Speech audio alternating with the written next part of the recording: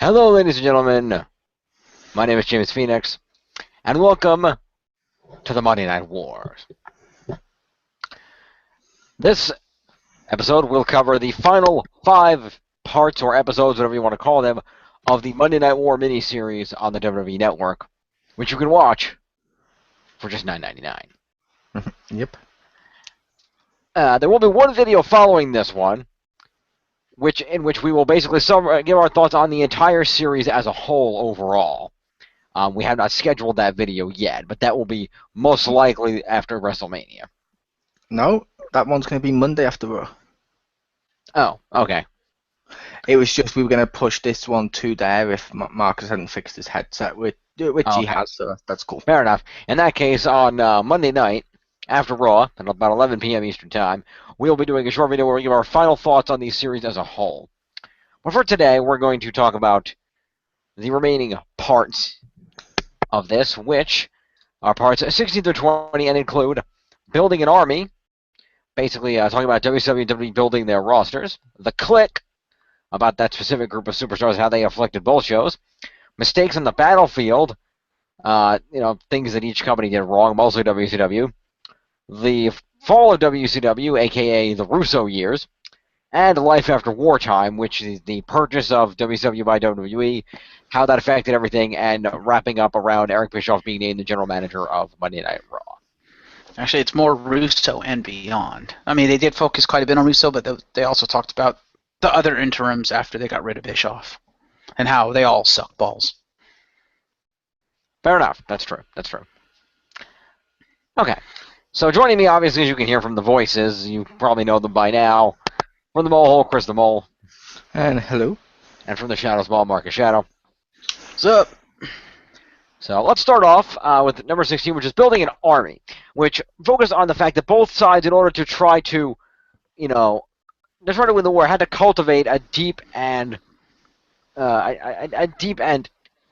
talented roster that they could call upon in all aspects, not just the main event picture, but in the mid card, in women's wrestling, in lower card, in other aspects, whether it be hardcore, cruiserweight, whatever it might have been.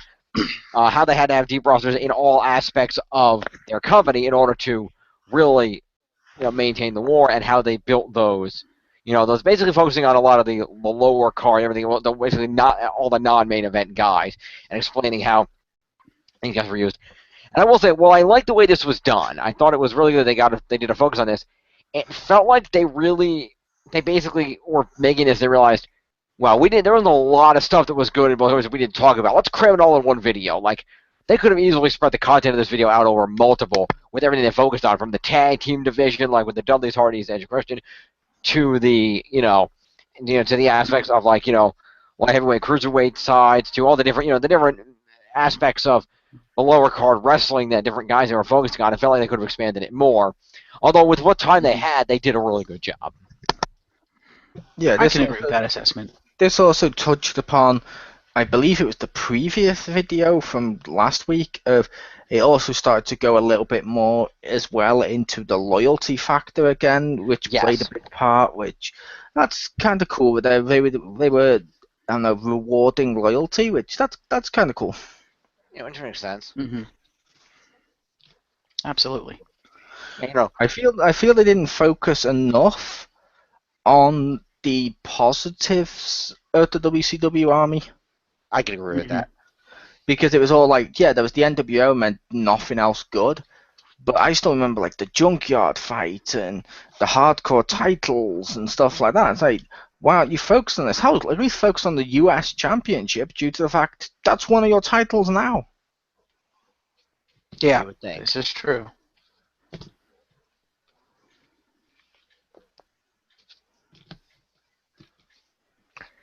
Yeah, they didn't seem to focus heavily. I mean, they've been biased toward the WWF side because they're the one making it, and Victor's writing history, unfortunately. But yeah, it was a little more visible here, where they were focusing on a lot of the talent of WWE, and not that. And then they went to, and there was great foundation talent on WWE side too, like DDP and Booker T and nobody else. Yep. Which I was like, oh, come on. I mean, whether or not you like him or not, Scott Steiner was still a pretty good talent, for example. Yeah, As long as he wasn't talking. To be fair, he did cut some promos that were pretty good as well. But like I said, it was more of the lack of focus on the WCW part, which, yeah, I know WWE won the war and stuff, we know this, but it feels like this whole series has been made for just marks that'll go, oh, WWE's told us to think this, we will believe it. It's like, fuck off. Mm-hmm. Yep. Which is worse, because that's not the audience that would give a shit about this Monday Night War. Yeah, this is true. Yeah. In fact, before every episode of this, they put up that nice big text screen that basically, this event happened in the past. The actions and the actions and words of the superstars don't necessarily reflect the actors playing them. This contains adult content like parents can lock this content out for children watching it in the options menu. Yep. Because basically people have grown up watching the Attitude Era when they were younger, and now that they're adults, are like, boo, people shouldn't watch that when they're younger. Almost hypocritically, one might say. Oh, yeah. Mm-hmm. Oh, yeah. But our parents felt the same way back in that day, too, a lot of them that were not wrestling. That was one of the reasons why it was considered cool to like wrestling among, when you were in high school or younger, was because it was the kind of thing that you probably shouldn't be watching, but you were allowed to watch it anyway to some extent, and that was what made it cool. Pretty much, well, that and the fact they added profanity and blood, and people were like, "Yay, we're gonna eat this shit up." Boobies. And tits, yeah. Yeah, but it's still like, to be fair with the parents then would have grown up on stuff like Hulk Hogan slamming Andre the Giant, Rowdy Roddy Piper and stuff, which wasn't as basically flipping people off and drinking beers and stuff like that. But the kid, that was oddly specific. Yeah, but that was part of the main face of WWE during the Attitude Era. It's hard to negate that. It's like if we were to talk about PG era, we'd be talking about bright coloured T-shirts and stuff just because he happens to be the face, like I mentioned Hulk Hogan the era before. Which means if you grew up in the Attitude Era, when you get now to turn around and say, "Ooh, I don't think you should be watching that if you're younger," it's like, why? What's wrong? Will they turn out like you? Oh. I don't get this. Yep. But still, the actual topic at hand with the pool of talent and stuff. Yeah. Yeah. I will admit the roster was one of the other reasons I preferred WCW. Because it's like WWE has like light heavyweights like meat with PMS. WCW had light heavyweights or cruiserweights like Kidman versus fucking Rey Mysterio. Yeah. Yeah, or Psychosis and stuff. It's like, clearly that's got better. That's better. And then WWE had the New Age Outlaws. So WCW had the Outsiders. They were better. Mm-hmm. The WWE may have had Trish Stratus, but at the end of the day, WCW had Medusa. True. WWE had Austin and The Rock and stuff like that. WCW had Sting and DDP, and the NWO. It's like I grew up watching WWE. I always liked WWE. It's not like I hated WWE. But at the same time, I preferred WCW at this point. I'm sorry, but did you just shaft Ric Flair? I did shaft Ric Flair. Considering they went to a tremendous amount of trouble on this to point out how much the fans were cheering for Ric Flair and wanted him. They did, but they also pointed out how WCW didn't use him much during this time until the very end. True. I mean, it's like, for example, I don't know, Cody Rhodes right now in WWE. He is a great talent. Or Jack Swagger would probably be a better example. Jack Swagger is a great talent right now in WWE. Yes. Yeah, his last match was on Superstars. Oh. And it's like WWE are clearly misusing him. Mm-hmm. If they use him right, you're like, yay, Swagger, and then you give a shit. But if they don't make you give a shit, the greatest wrestler in the world isn't worth mentioning. It's like WCW had Bret Hart. Bret Hart is probably the greatest in-ring technician, in my opinion, of all time. WCW used him really poorly, so I can't list him. Fair enough. Although WWE did have my favourite of Undertaker. True. Which they then put Viscera and Midian and stuff with him, and then made him Vince McMahon's bitch for a long period of time. Which, yeah, that was great TV. Not just Midian, naked Midian. He wasn't naked till the Ministry split up. No, okay. Because that was part of making him different to Ministry Midian. Like when the APA got the door in the middle of nowhere, which in itself that was pretty funny. I will admit I did like the APA. That was awesome. Yeah, you're talking about their quote-unquote office? Yes. Yeah, the APA. Yeah, that was awesome.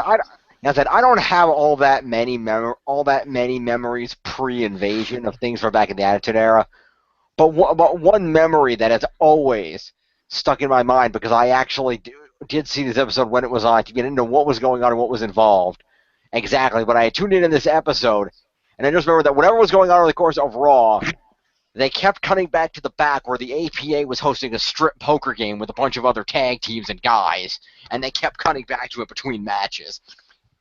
And I just remember there was one moment where there was some kind of shit thing happened, and Mick Foley was the commissioner at the time, and he was just like, well, you know what? So that didn't happen. We're just going to forget about that, and we're going to take you straight back to the poker game. Yup. It's like I will also admit, which they don't touch upon in this documentary, I honestly think Eric Bischoff is a better on-screen character than Vince McMahon. Oh, I would agree totally. I can agree with that. And I don't just mean as GM either. I mean, when he was heel GM in charge of WCW, it wasn't the same shit. Like he always had a plan or something. Yeah, he had the backup at the NWO, but when people got their hands on him and kicked the crap out of him or something like that, it wasn't just a case of, oh, you know for a fact next week he's going to make him fight with one arm tied behind the back. Like Vince got really cartoonish. That's why I think Stephanie was probably a better character than Vince, and Shane was.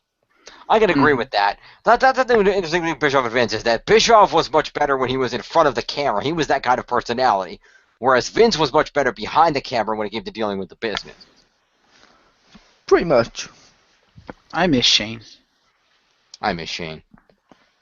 Although, as one of the later ones pointed out with this, which I believe even like Jericho pointed out, in hindsight, when he looks back on WCW, Bischoff may not have actually been as terrible as people think. Being in for as business, it's just a case of in order to sway people over, he may have made a small mistake. It gave him guaranteed contracts and stuff, but as a result, he was being told to fuck off by like Hulk Hogan and stuff like that. So he had like no room to actually do anything. It's almost like Vince made the mistake of saying to like Kevin Nash, which they didn't touch upon on this documentary, but Nash and Vince have mentioned it since, of stuff like Vince said to Kevin Nash, "We have a handshake agreement. You're going to re-sign for WWE," and Nash is like, "Yep," and then appeared on Nitro. Interesting, because that's not how Nash put it. Nash is like, I went to Vince. I was all honest, and I told him, look, they're offering me guaranteed money over here. Can you match this? And he said, I can't match it. I said, if you want to go, I understand that. And I said, okay, I'm going. Yeah, which apparently he did mention that to Vince, and Vince said that and that. But then apparently, at a certain point, they both said they had a handshake agreement between them that he was going to re-sign, and WWE was going to find the money or whatever. But then he just went and pissed off to Nitro. Yep. Which admittedly, based on what happened over there, was a really good move for him. It was. Yep. And no, I think it's very easy to say that, Bischoff wasn't that bad, because in retrospect, you can compare him to Russo.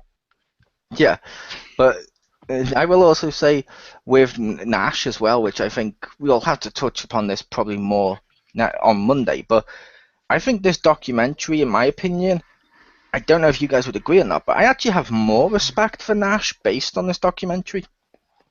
Yeah, Nash was very open and honest about a lot of the stuff. He was very good. The reason why is it's the same with a lot of his interviews. Is when take Hulk Hogan or Triple H, they'll try and basically talk you into believing that their decision was the correct one for the business, even though it just happened to help benefit them. And then they'll talk about how great they were at drawing crowds and putting butts in the seat and stuff. Nash has never really been a full-on, I don't know what you'd call it, like a mark for himself. An egotist. Yeah, but I just mean he hasn't been a mark for himself as well. Like before now, he's mentioned, I don't put on the best matches, but hey, you know what? I got paid. I like the money. And I'm like, I at least appreciate that honesty. You know what I mean? Yeah. Mm-hmm. It's like when you hear like Austin talk about, ooh, I didn't like the fact Nash and Hall, they were the ones that buggered off to WCW and walked out on their contract. That shouldn't be happening. Really? So why did The Rock cut that big promo on you with get the F out after you refused to job to someone? And walk the hell out of the arena. You know what I mean? At least the other ones are honest. Mm-hmm. Yeah.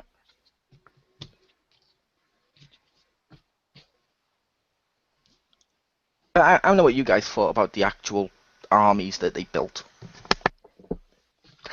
Well, like I said, I like WWE's Army a lot because I remember most of those guys, and they had such a wide array of talent and this is one of the things that got me so much watching this. Because I'm watching this, and they're talking about, and they got Vince McMahon in here, and talking about, in order to beat WCW, we had to have a very deep pool of talent. Everybody had to matter, from the big main event guys like Stone Cold and The Rock down to the tag teams like the Hardys and the Dudleys and Edge and Christian, over to the guys like the guys like Bob Holly and Crash Holly and all the and the divas and the guys in the low card hardcore matches, and it's going to about got to have this depth of the roster. It's very important because and the other superstars talking about you knew that if you were on that card, you were part of the family, you were cared for, and everybody on the roster is going to matter. Everybody's going to be working toward the same goal, and everybody's going to get their chance to show off to do what they can do and go through all this, and how Vince realized you had to cultivate this because what he was doing before wasn't working. That product wasn't working, and they had to change the times. And it's like, does anybody watch this working in the office over there? Because history repeats itself, guys. It does. It's like, okay, if you really felt that way, Vince, why are you not fucking doing that now? To be fair, like I mentioned, I never really felt during the Attitude Era he did that then. You had a load of people with characters, and you had like Edge and Christian breaking their bodies in TLCs and ladder matches and all this stuff. But to be fair, at the end of the day, the whole storylines of the show still revolved around Austin versus McMahon every fucking week. And The Rock. To be fair, The Rock not as much as Austin during a lot of it. It was only after a certain point was it The Rock, and then when they had both dueling, if you will, then it became a little bit more interesting. But when it was just Austin versus McMahon every single week with the same stuff over and over again, that was a little boring. Yeah. Although I do agree, I like that when Vince talked about the approach that they looked at the NWO and said, okay, the NWO was successful. Obviously, we're not going to do that, but what if we sort of tweak the idea? What if, people like conflict and whatnot. So what if we just have a whole bunch of groups and they can all have conflict with each other, and people will eat that up? And he was right. So okay, we got DX, we got the Ministry over here, we got the Nation of Domination, we got these guys, those guys, that guy.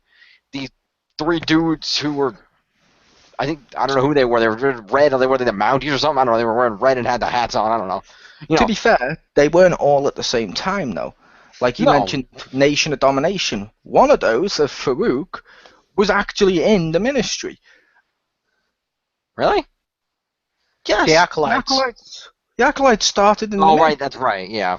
As the Acolytes, I mean, not obviously because he was in the other one first, but as the Acolytes or APA, they started in the Ministry, and then they basically did what they insult the NWO for during this. So they then got the corporation, the Ministry, merged them both together and watered down the effect of both. And made a big fuck-off faction that half the roster was part of that nobody liked. Yeah, they even took a pay-per-view, like I mentioned, in the UK, where every matchup they interfered. Mm-hmm. But yet they don't mention, strangely, that doesn't come up. Maybe they got wonder why. Go format too well.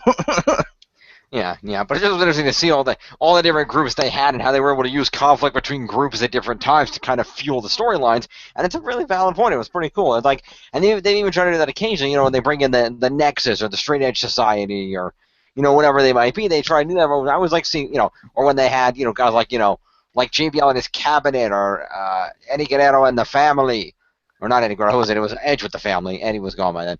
Edge with the family. Um, you know, I miss factions, and I don't like the Authority because the Authority don't really act like a faction. Like, they all have no loyalty to each other, and they all hate each other, and they have since, like, day one. Like, that's not a faction. That's, you guys all work together because you all want to suck Triple H's cock and, basically work for him. That's pretty much why you're all hanging out. There's really no other reason for you all to be hanging out, and you're not collusive like an actual faction. I don't believe that you're all together. To be fair, that's pretty much the blueprint of the corporation, because there was multiple times where those guys would argue and bicker at each other, but they were just all happy to work together because they wanted to suck Vince's dick. Literally, the Authority is almost a copy of the corporation, but a little better because it doesn't contain as many people. True, but I think the other problem with it is the fact that unfortunately the corporation contains Kane and Big Show. I'm sorry, I respect them as wrestlers. I can't take Kane and Big Show seriously anymore. I just can't. But you could take Kane seriously when he was in the corporation and eventually led to go team with X-Pac, where he constantly talked like this. Like I said, he was trying to date Tori. I said that was before my time. I don't remember that. So. Oh, I thought it would have been around your time because that was definitely during the Jericho era. Because at a certain point, China went up to Tori and essentially convinced Tori that Jericho had feelings for her that he couldn't quite keep to himself. So she went and repeated it to Kane. Ha! When they were co-champions. Nice. And I will say for the record, because a lot of people say this, I actually liked the co-champion storyline. Nice. Also, anybody else find the cruel turnaround irony in that whole situation? Is that you've got, China, or who is the co-champion, going to Tori, telling her that Jericho had feelings for her, so she would make Kane beat up Jericho, while Kane was taking part as an X-Pac, who was fucking and made a sex tape with China. Yep. Who at the time was fucking Triple H. Right, who at the time was actually fucking Triple H, and somehow they all knew Kevin Bacon. Yep. Okay, then. Spoiler alert, he was the gobbledygooker. There you go. I want that to be true, but I believe we should go to the next category. Yes, moving on. Number 17, the Kliq, since we were talking about Kevin Nash. Yep. Mm-hmm. For those of you who might be newer fans, the Kliq was a group of guys who basically all got hired in WWE right around the same time, and they became friends. They included Shawn Michaels, Triple H, a.k.a. Hunter Hearst Helmsley at the time, Kevin Nash, X-Pac, and Scott Hall. And Scott Hall, a.k.a. Razor Ramon. And hello to the bad guy. Exactly. So anyway, these five guys had become good friends behind the scenes, and basically they started traveling together, and they talked to each other. They were known as a group, and they were nicknamed the Kliq. Remind me, they said who named them the Kliq? I think they said Lex. Lex named them the Kliq because we were always traveling together. That's what Lex named them the Kliq. So Lex Luger, because they were traveling together and they were groups, they called them the Kliq. And like Kevin Nash said, they were the first guys who started kind of breaking down those walls between all the guys that worked together that were normally there. Like, they were the first guys to start asking each other, how much did you get paid for that show? How much did you get paid? Well, I got $6,000. Well, I only got $2,000. Where they actually started, I kind of said it was sort of taboo between superstars. They broke down those walls because they were such good friends with that. And, between, they had this, and of course it led to the infamous event, Curtain call. Called the Curtain Call. I don't remember what the pay-per-view that it was at, but there was a cage match featuring Shawn Michaels. And who was he? Which one was he facing? Was it Ramon? I think it was Nash. It was Nash? Okay. Yeah, so, Shawn Michaels was facing Kevin Nash in this steel cage match. And Maybe it after was the, Ramon. I can't remember. well, I don't know. Anyway, after the match ended, the remaining members of the no, I think you're right because I remember Scott Hall saying he got the wave Wasn't and it? he came down. Wasn't it the other two? I thought it was actually Kevin Nash versus Scott Hall. 'Cause I remember Triple H said, me and Sean said, can we go out there and say goodbye to our buddies after their match? Oh, you're right. That's right, because it was their final match. That's right. Good call. Well, whatever. Two of the members were having a cage match, and the rest of them came out during the match, Except X-Pac. except X-Pac, who was not there at the time, and they all Came out came at the out. end of the match. Yeah, at the end of the match, they all came. Well, one of them walked out during the match, and then they waved Hunter down at the end of the match, if I recall correctly. And Oh, they didn't come out until the end of the match. One came out first, and then they waved out Hunter, who originally wasn't going to come out, but decided fuck it and went out there anyway. all right. Anyway, so they had this cage match, and after the cage match, the guys all got in the ring, and they all started hugging each other, despite some of them being faces and some of them being heels. And breaking kayfabe like that was a big no-no back then. It's still kind of a no-no today, but not nearly as much. And so this was a big deal. So people were in the arena, and they had like a home videotape that a fan was filming with a camcorder in the crowd and showing this happening, and people were freaking the hell out and losing their shit over this. And Vince McMahon went ballistic. And basically, that's how strong the Kliq was, is they were willing to do that. And the next night, of course, Scott Hall and Kevin Nash were on WCW as the Outsiders, beginning their new storyline. And Shawn was champion, and so all the shit landed fell on on Triple H and X-Pac wasn't there. So all the shit landed on Triple H because they couldn't. Michaels was a champion and the others were gone. So he basically got buried for months and months, just got beat up by everybody, and no push for months and months and months at a time. Yep. But as Triple H said, because he has to be humble about himself, he was willing to take that shit because, he knew it was the right thing to do, and he was going to persevere through that because he knew he would get through it and get back on top again. Yeah, which I remember that time when he was having like Henry Godwin's pig swill in his face and stuff.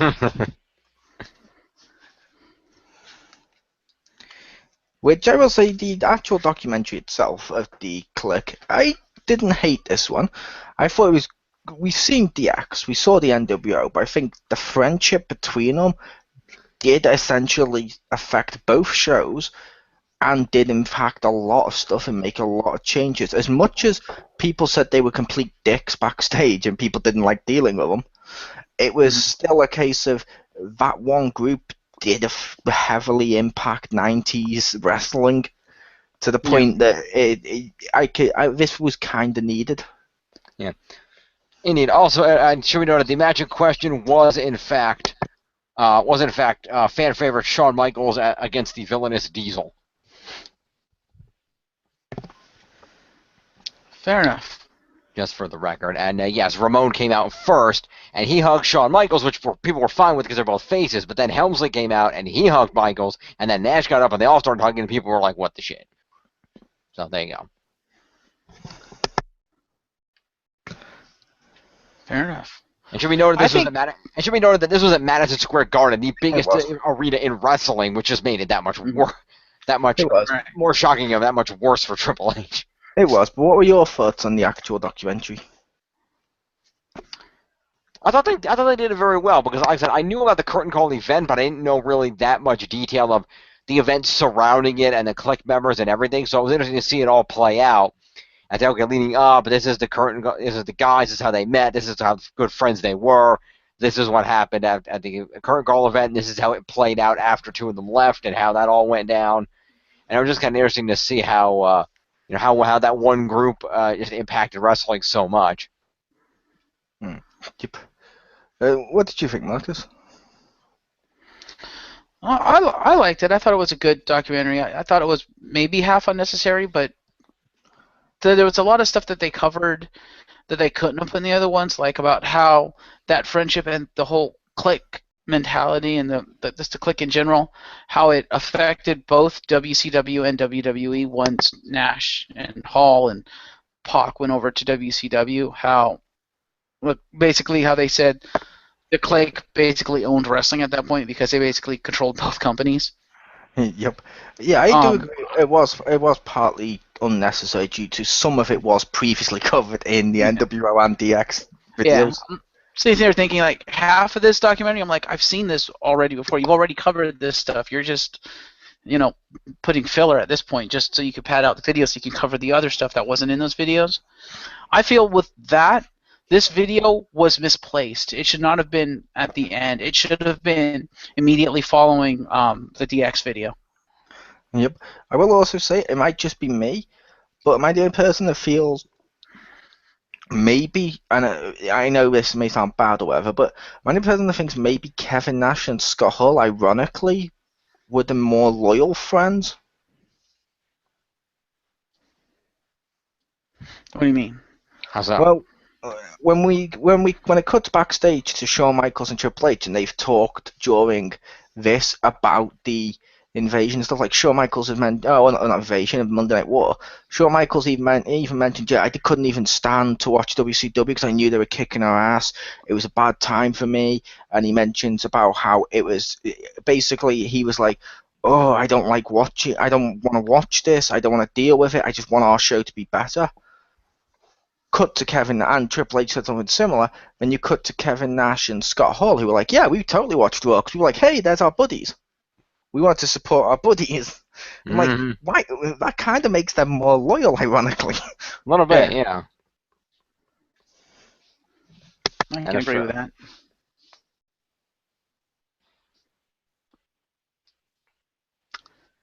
And the interesting thing is that taking that punishment actually, I'm noticing here, actually helped Triple H because it was apparently noted here during the Triple H The Game DVD.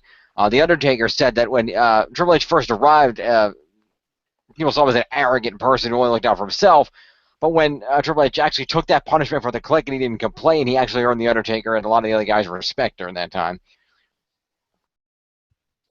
Nice. I have seen that, the Triple H My Kingdom Come thing. Mm-hmm. Well, this is Triple H The Game. This is his earlier DVD. I think I own that one. Fair enough. I own that one. I've seen My Kingdom Come. I've seen The Game. I also own My Time. I think it was where it was him and Yeah, China's story. fair enough. But yeah, that would have been it would have been The Game because that would have been when it was Biker Taker, so he could actually appear in it more. Right, right. Like when he said, like, if I was to start he said it on, I can't remember if it was that one or if it was actually his one of My Yard, but he mentions if I was to start a wrestling promotion right underneath my own name, straight away the first guy I would hire would be Triple H.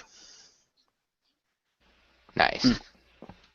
Which is also funny because loads of people who leave WWE always say those two actually don't get on. Sometimes they say those two don't get on because they both want to be the locker room leader, and it's like Triple H has the corporate on his side, Undertaker has the people on his side.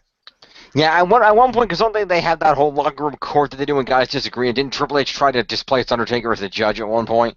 He did, and people didn't like that, apparently. Oh, sure, yeah. That wrestler's cut. And yeah, people were like, yeah, we don't like that. Hmm? But anyway, so that was that one. That was the Kliq. Number 18 is Mistakes on the Battlefield, which is sort of the basically when things started declining right after WWE took broke the losing streak in the ratings and started taking it back.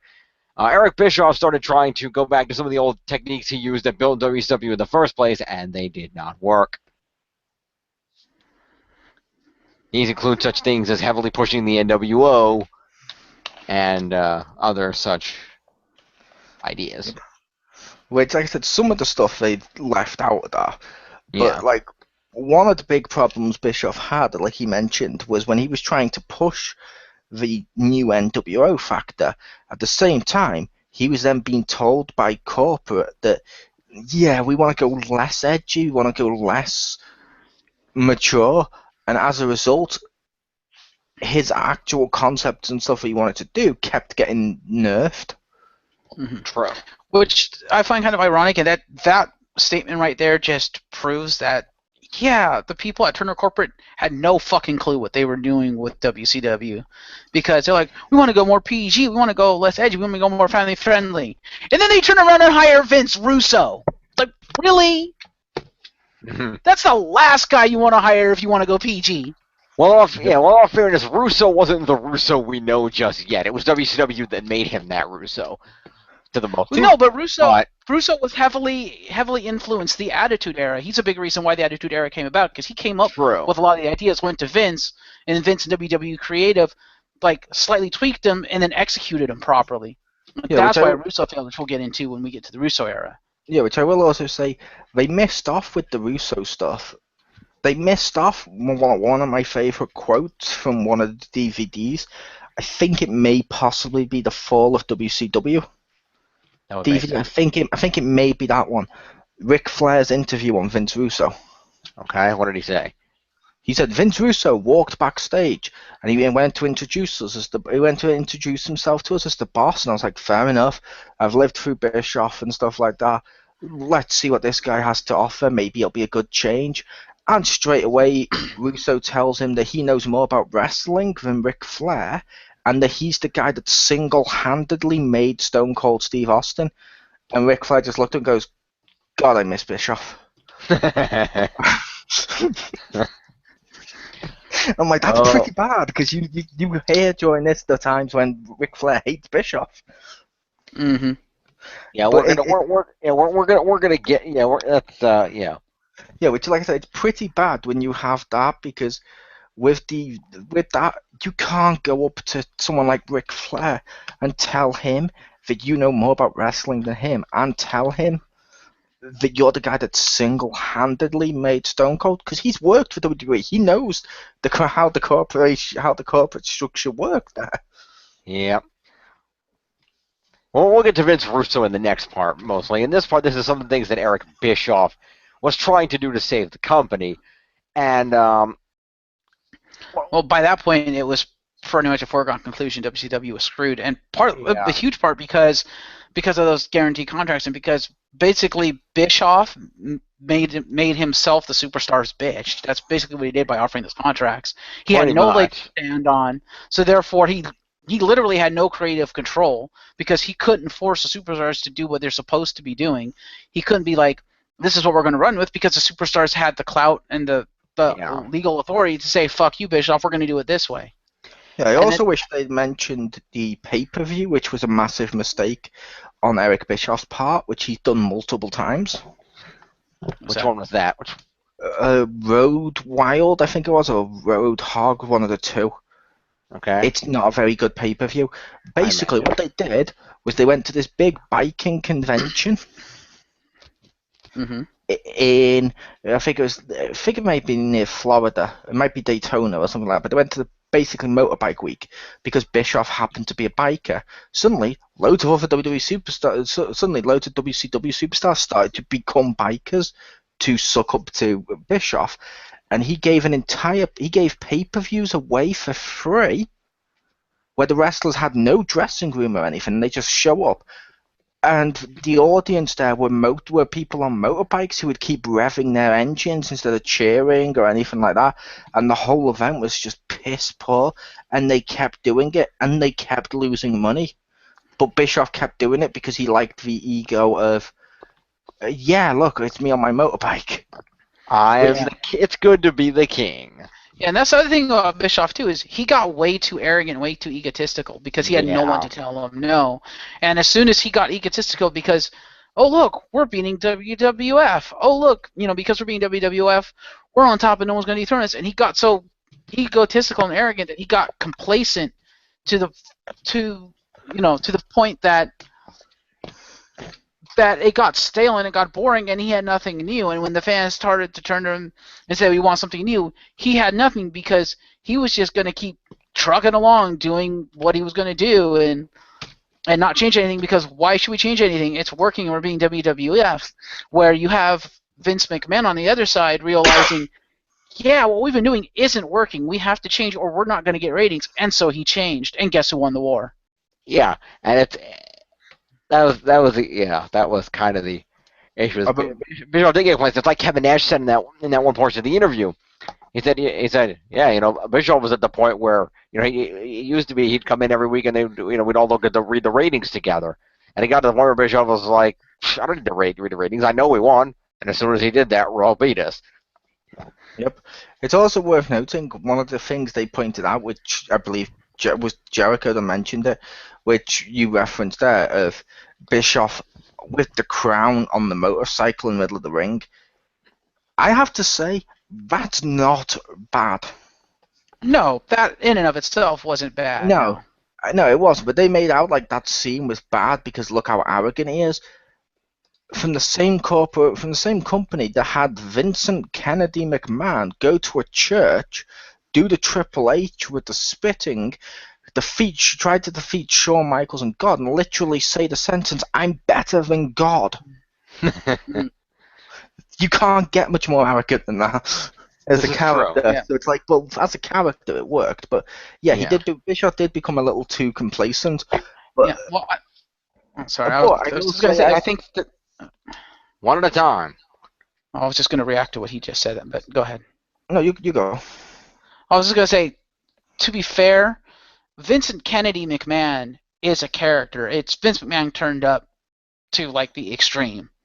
Whereas with Bischoff, I don't think that was very much a character. I think it was more Eric Bischoff than it was Eric Bischoff, the character. I don't think Eric Bischoff became a character until he went to WWE.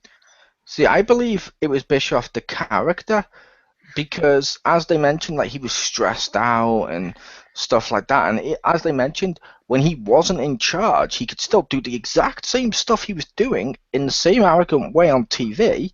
Because even Vince Russo mentioned he's a great on-screen character, and that was from when he watched WCW. What Bischoff was doing on screen was a character.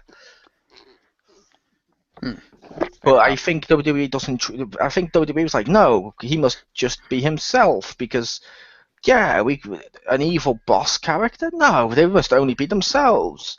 And WWE's gone through like 5 of them already. The thing is, I don't know. I got the feeling that Bischoff didn't become a character on screen until WCW started losing the Monday Night Wars.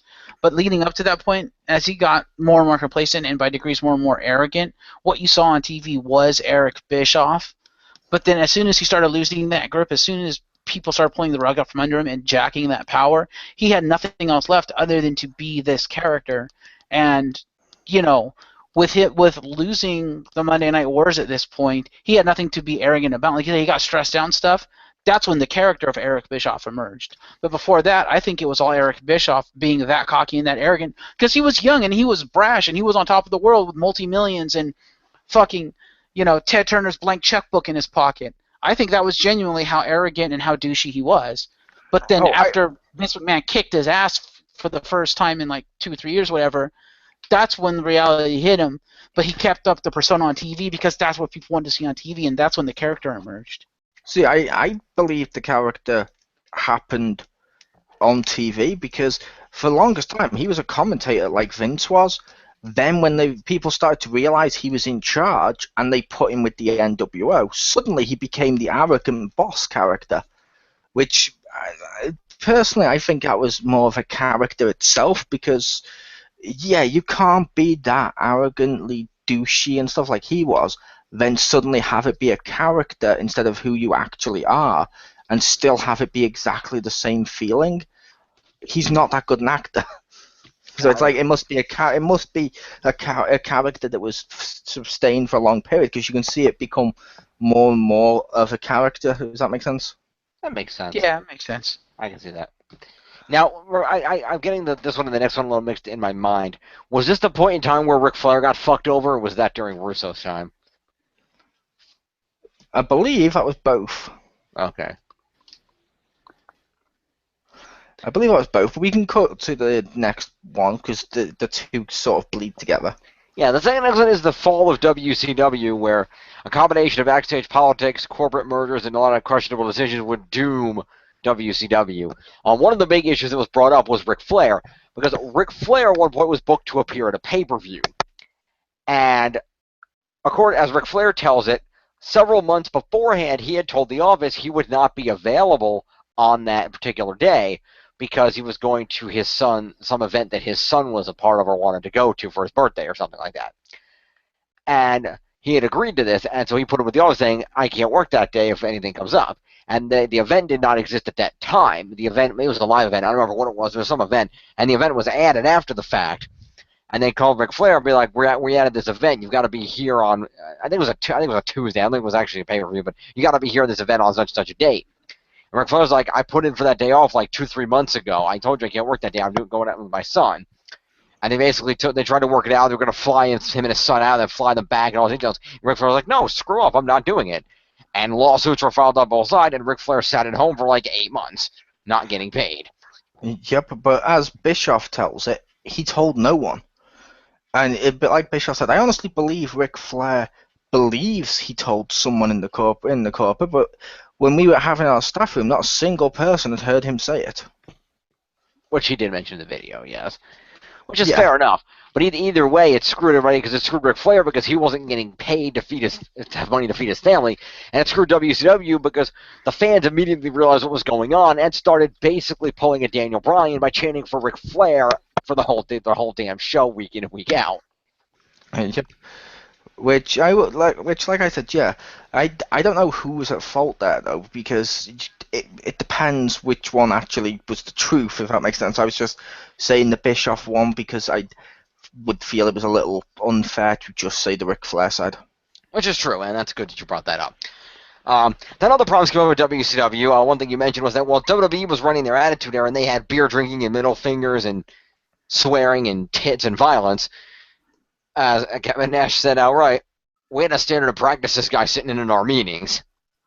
Mm-hmm. So that was because Time Warner merged with AOL at the time, so there was new corporate ownership of the company. It wasn't because when Ted Turner was in charge, Ted Turner loved wrestling. He was a big fan of the product and said, here's my checkbook, you can do whatever the hell you want, let's do this.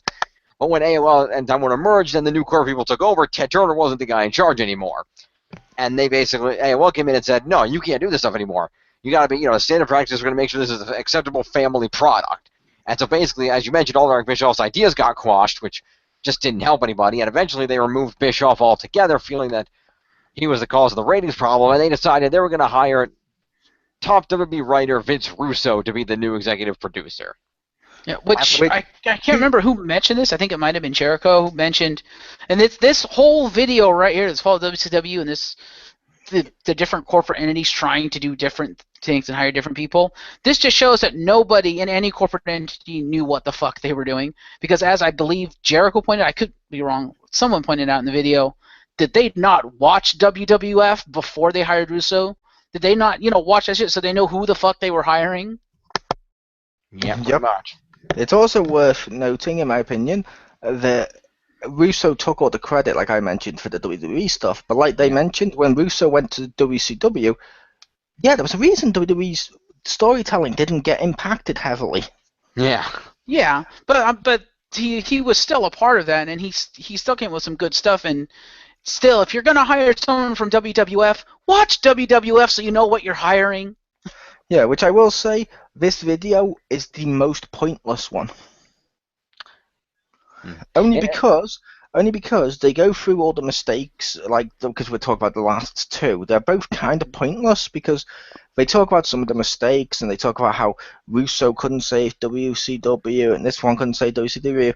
But then it turns out the reason WCW fell is just because AOL turned out and said we don't want to do wrestling anymore, which like DDP said, but it's still your highest rated show.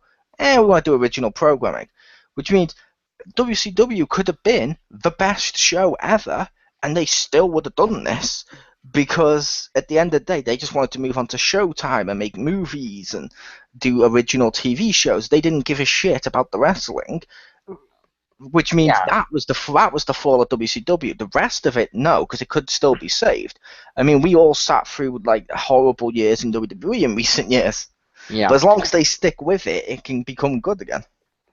Yeah, and the thing is, that's the other thing is I didn't really know about that whole situation with that, so I learned a lot from these two videos, and also about how, they did this whole this whole, the sale came about, and also the fact that Bischoff put together a bunch of funders that was going to buy WCW and keep it running under his tutelage and try to fix it. And the fact is that he would have done it, and WCW might still be around today had AOL turned around and said, "No, we're not going to give you guaranteed 10 years of TV time." It wasn't just 10 years of TV time. They weren't going to give him any TV time. They said they were going to give him, as you mentioned, the video packages, the brand names and stuff, but they weren't going to give him The TV. aprons, the superstar contracts. Yeah, they just weren't going to give him the TV time, which I said, well, without the TV time, it's worthless. It was worth $20, yeah. Yeah.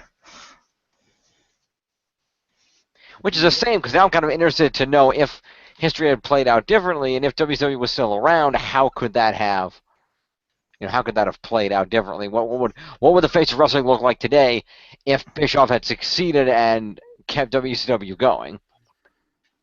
Yep. Kind of interesting to think about.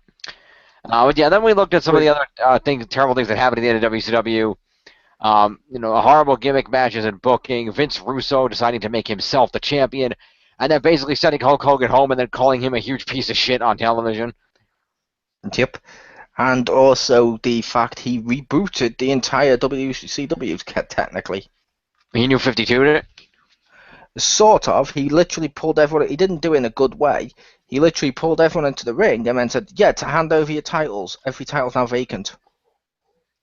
Yeah, you remember that in the video, Jim? Yeah. Vaguely. That was kind of a bad decision. Oh, dear. That's like Disney's decision. Yeah, pretty much. So that just went over wonderfully, and everybody just freaking hated Vince Russo, and I don't blame them. Yep, and the Hulk Hogan thing was because Hulk Hogan refused to lose to Jeff Jarrett. Even when they decided to make the matchup, Hulk Hogan looking strong, Jeff Jarrett looking weak, but then still overcoming, just managing to get the victory, Hulk Hogan's still like, nope, not going to lose. So then Vince Russo literally gets Jeff Jarrett to just come to the ring and lie the hell down. Mm-hmm. Yep, that was in the video too. Yep, it was. That's why I was mentioning it. Sheesh. It's almost like we're reviewing the video. I know. Yeah. And that was just a lot of horrible things that happened during that time frame. I got compounded by the issue of the guys with the guaranteed contracts, which were still in play, who basically, like they mentioned, in between Bischoff and Russo, the biggest problem was they had all these guys that had creative control clauses that worked into their contracts. They negotiated this in. So you had all these guys. You had Hogan, Nash, Hall, Sting, Goldberg, all these guys who had clauses in their contract that said they got to have creative control to decide what they did and did not do. And so, like I said, everybody had creative control except the guys who were booking the damn show. And so, like, they wrote the script. They went to Hogan, and they go to Hogan and say, Hogan, is this okay? He's like, well, can we change this, brother, and do this? And then they take it to Sting. So I got changed. Then they take it to Sting and say, well, I don't like this. How do we do it this way? And by the time they got to the show, it was a completely different script than they had written to begin with, and it was a clusterfuck. Yeah, that's why, like Russo mentioned during the video of the whole thing of, so he decided, okay, you want to be that way? Fine. You have your guaranteed contract. You're still making your money. You guys sit at home. I'm just going to push all the other talent. Which then annoyed them. Yeah, which surprisingly worked because that got guys like Booker T airtime. Mm-hmm. It did, but for every Booker T, there was also like a Vampiro, who I liked Vampiro, but yeah. Yeah. I miss Vampiro, but yeah.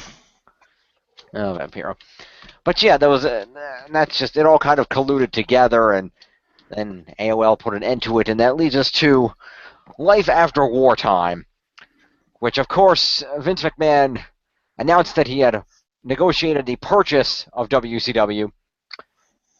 The Shane, Pat Patterson, and the trucks rolled down to the last episode of Nitro. And they kind of took over and said, we're going to respect Nitro. We're going to have this last Nitro. It's going to be a tribute to everything WCW was. We're going to end this. And all you guys will be given a shot to come to WWE. We're willing to take talent in. We're going to make this work. And the guys like Nash said, we have months, if not years, of guaranteed money from Ted Turner coming away. You can go to hell. We're going to sit home. The absolutely horrible invasion storyline happened. Mm-hmm. Then the other stars came over. And then Eric Bischoff became the general manager. Which I will also say, this video, I have to say, bullshit. Okay. On one big factor they left out. Okay. They're like, yeah, Vince welcomed back Hulk Hogan, Kevin Nash, and Scott Hall. He even brought in a Bischoff, which shows Vince has no qualms. He's never persecuted against anyone that left to WCW. What it doesn't show you is him firing Jeff Jarrett on the air with a thumbs down. Which, I'm sorry, as a Jeff Jarrett fan, that pissed me off. Mm-hmm. I was a Jeff Jarrett fan in WWE. I was a Jeff Jarrett fan in WCW. I think I still have a Slapnuts t-shirt somewhere. Nice.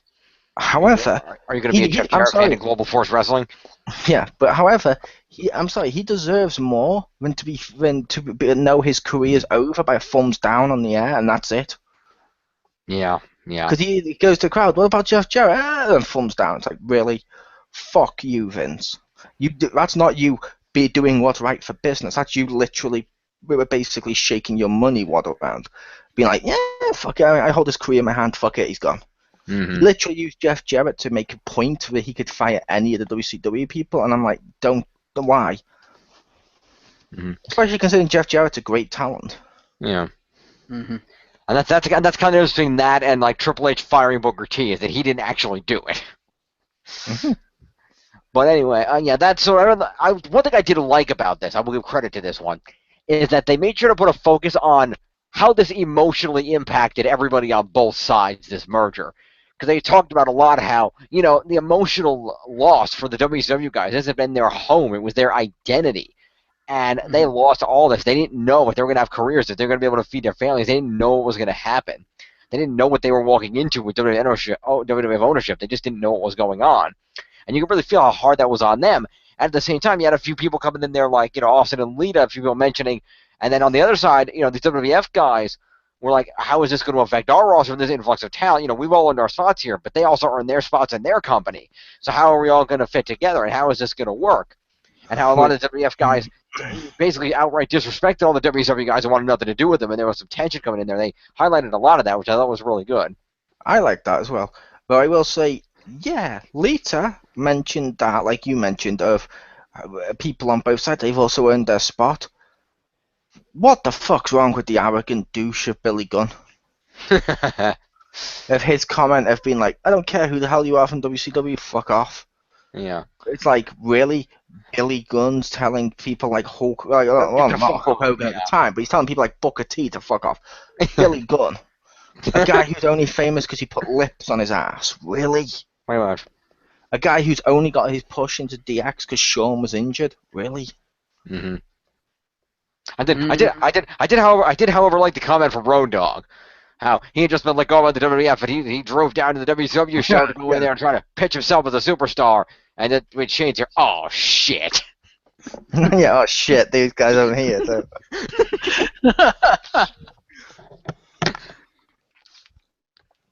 I also love that final episode of Nitro. And this says a lot. When WWE or WWF at the time produces the best Nitro since before WWF started winning the ratings. Yep. It's like, wow, that's kind of sad. To be fair, WWE didn't really produce that episode. I mean, that episode was booked by the WCW people. All WWE did was say some stuff like they wanted, which has been documented in the past, they wanted Booker T to win the title because they had plans to take him over, but not Scott Steiner. Mm-hmm. I gotta be honest, if I did trust you, Booker T and Scott Steiner, I'd pick Booker T too. To be fair, it's probably because Scott Steiner had this guaranteed contract. That's why they brought him in later. Oh, he had one of those too. I didn't know that. That's why they brought him in around the time of Goldberg and stuff. Because he was. Do you remember him coming in and starting doing the muscle flexing with Triple H? Big bad booty daddy, yeah. Yeah, which I think the final match though was brilliant because I've seen that matchup. I loved that of Sting versus Ric Flair. That was a great send off. Yeah, that was appropriate for a send off. I agree with that. That seemed like the right thing to do. And the other thing is another opportunity for WWE that could have made history way different. Vince wanted to make WCW its own show, but its contracts wouldn't let him have any more airtime. Its contracts wouldn't let him put another show on the air anywhere. Like, wow, that just sucks. Yeah, but to be fair, he could have done it because it was only like what, 6 months later that he then, well, not maybe not exactly 6 months, but just after the quote invasion ended, he did the thing of Ric Flair then came out, and then it was the roster split with True. some going on Raw, some going on SmackDown. Couldn't he have just made it WCW Thunder and WWE Raw or WCW Nitro on Thursdays instead of SmackDown and done the roster split that way? He could have done that, and that would have been interesting. That would have been a good way to do it, except there's only been one problem. The Rock would have laid the smackdown on Vince for harming the Rock show. If it's the Rock show, he should show up whenever he returns. Oh. What do you mean when he returns? It's the Rock's home. The Rock's never leaving. Yeah. No, it started as the Rock show, SmackDown. However, in my opinion, SmackDown is the Undertaker show because he's the only one that's been there the longest. I can agree with that, yeah.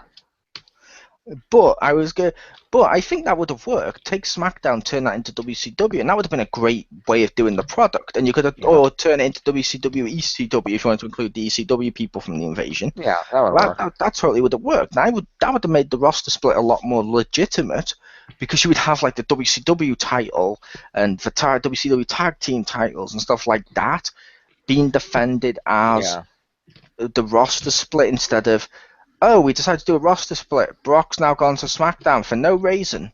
Here you go, Triple H, have a title. Yeah, pretty much. Which is literally how that went. Quite literally. Although I thought that his client, Brock Lesnar, signed a contract to wrestle exclusively on SmackDown. For no reason. I am the greatest. I'm going to leave Raw for no reason. There you go. Here you go, Triple H, have a title. Pretty It's much. like, really? It's like, why the hell did he just hand it to Triple H? He could have chose anyone and just done a match. I would have made a tournament for that new title. That would have made it a more legitimate first title defense. Yeah, that's true.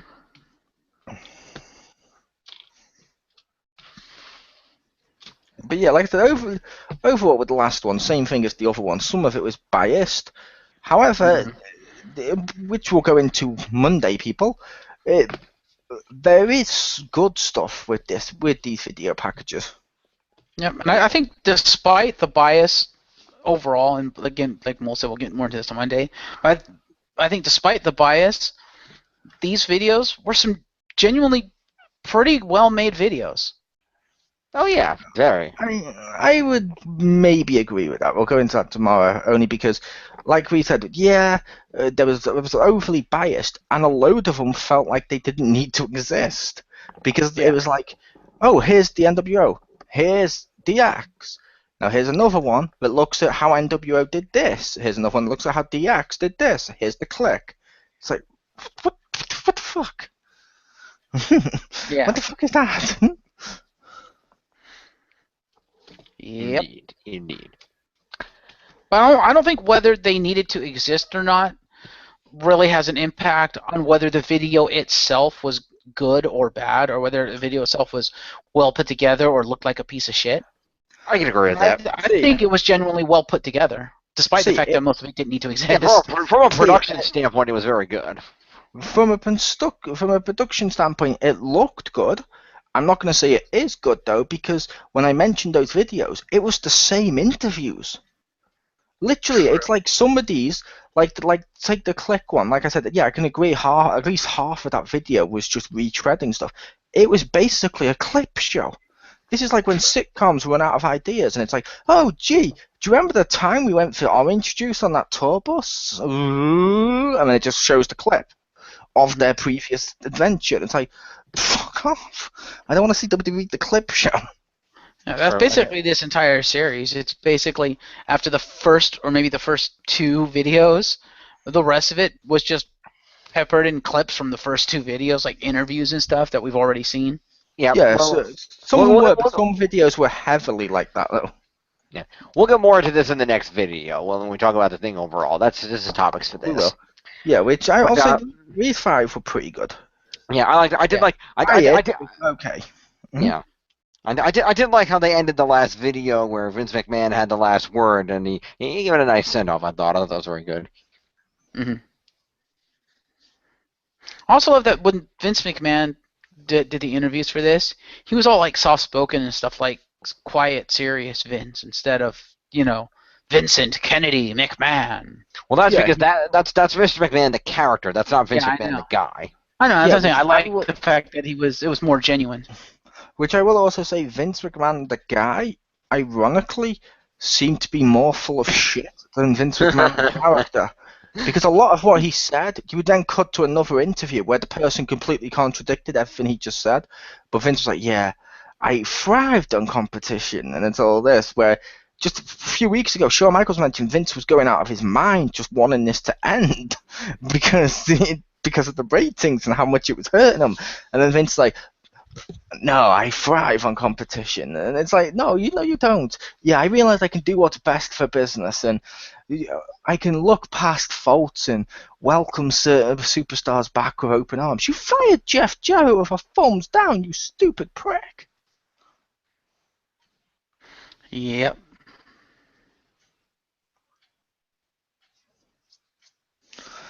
But I expected as much, to be fair, because Vince has to tell the Yep. WWE side. He represents the WWE as a company, whereas the wrestlers were representing themselves. Which, yeah, like we'll touch upon later on, Hulk Hogan just seemed like a prick. Yeah, he did. We already know And this. We already know this. It's still cool seeing Hulk Hogan now and again, but like even during these, he would say stuff that just seemed arrogant. Like, you're just saying that because you want to make yourself awesome. Be more like Nash. Yeah, that's basically what Vince did. That's why he said half the stuff he said. Vince did to make himself look better, not just the company, but himself. Yeah, he made himself look better. But to be fair, like I said, I think Vince was representing the because Vince is literally like the face of the company in terms Yeah. of the business side, which means he has to give the corporate spiel about how, oh yes, it was a jolly good time, and I didn't do anything once I bought WCW to rub my noses in it. It was just another day at the office. It's like, really? It was another day at the office when your entire script changed and you fired people with a thumbs down on the app. Mm-hmm. True. All right. Well, I think we've about covered this. We'll summarize our thoughts on the overall special in the next video, which will be Monday night at 11 p.m. immediately following Monday Night Raw. Or 11:15 if Raw goes over by the 15-minute overlap. This is true. Marcus Wall, thanks for joining me for this one. Sorry, yes, Wall? And I was going to say, but to be fair, if you're watching this, you're a wrestling fan, you're probably a WWE fan, you pretty much know when Raw ends because you'll be fucking watching it. Mm-hmm. and depending on and if it's one of the, I would say 80% of current episodes, you'll be watching it going, God, please, when is this going to end? Mm-hmm. True. Although this is the Raw going into WrestleMania, so. Oh, we was talking about Raw. I thought it was about our podcasts. Ha! Nice. I thank you. But yes, in the meantime, tune in tomorrow at 8 p.m. Eastern Time for a new episode of Punch Starter, starring Chriz the Mole, in which I will not be able to attend, but in which Marcus Shadow and any of the others who can make it will be pitching a new live-action and animated film that is not based on a prior property. That's because Jim basically turned around, if you're listening to this, and he told me to fuck off because he has his Lara the Phoenix guaranteed contract, so he won't appear. Nice. Thank you. And then, of course, tomorrow night we will, of course, have our Around the Pound at 10 p.m., and that will feature us discussing what we consider, each individually, to be the 5 worst movie adaptations based on children's television shows. And they had to have started as a kids' show, or at least a toy line. It can't be a kids' show that was originally a manga or originally a comic or something, because that's kind of cheating. Which is fair enough. So, do I have to have watched the movie? Yes, or how are you judging it? Yeah. I might not have anything. Now, counter question: do I have to watch the show? I would make the case of as long as if you know about the show enough that you can judge it, maybe not. But as long as you have to have seen the film because it's a list of the films. Films, right? Which makes sense. Okay. Fair enough. Anyway, yes, everyone, stay tuned for those tomorrow. And of course, Monday night, as we mentioned after Raw, we'll finish up the Monday Night Wars with our overall summary. Leading into next weekend, when we will, Marcus and I on Saturday the 28th will take a look at Flintstones WWE Stone Age SmackDown. And on Sunday night, immediately following the end of the pay-per-view, we will discuss WrestleMania 31. Yay. Woo. Until next time. I will say WrestleMania this year does actually, so far, the card does look packed to the point where I think this could be a great WrestleMania. We shall see. Until then, I'm James Phoenix. Peace.